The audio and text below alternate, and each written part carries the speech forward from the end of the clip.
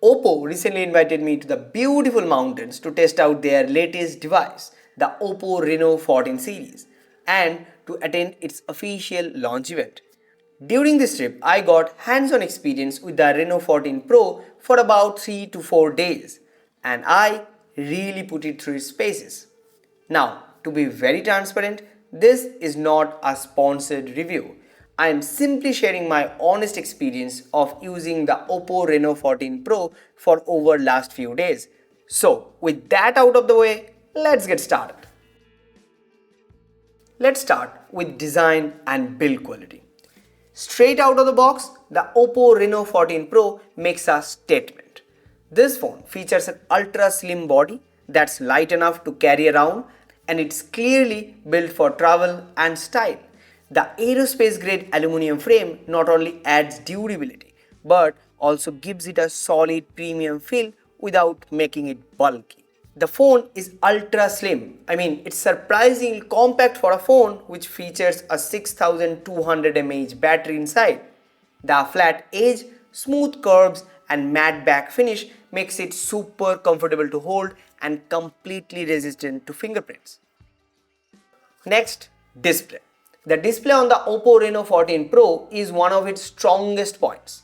You get a 6.59-inch 1.5K AMOLED panel, and trust me, it's absolutely stunning.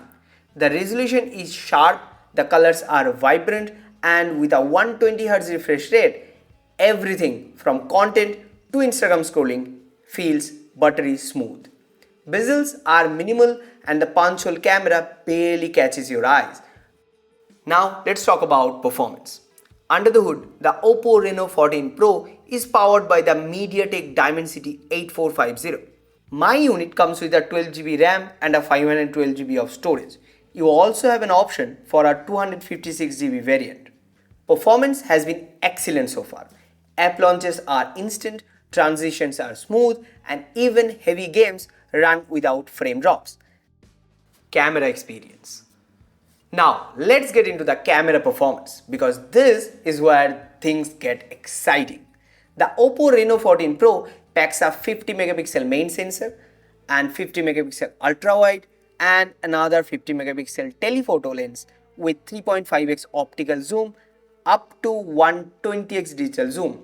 At 1x and 3.5x, image quality is excellent. Sharp details, accurate colors, and solid dynamic range.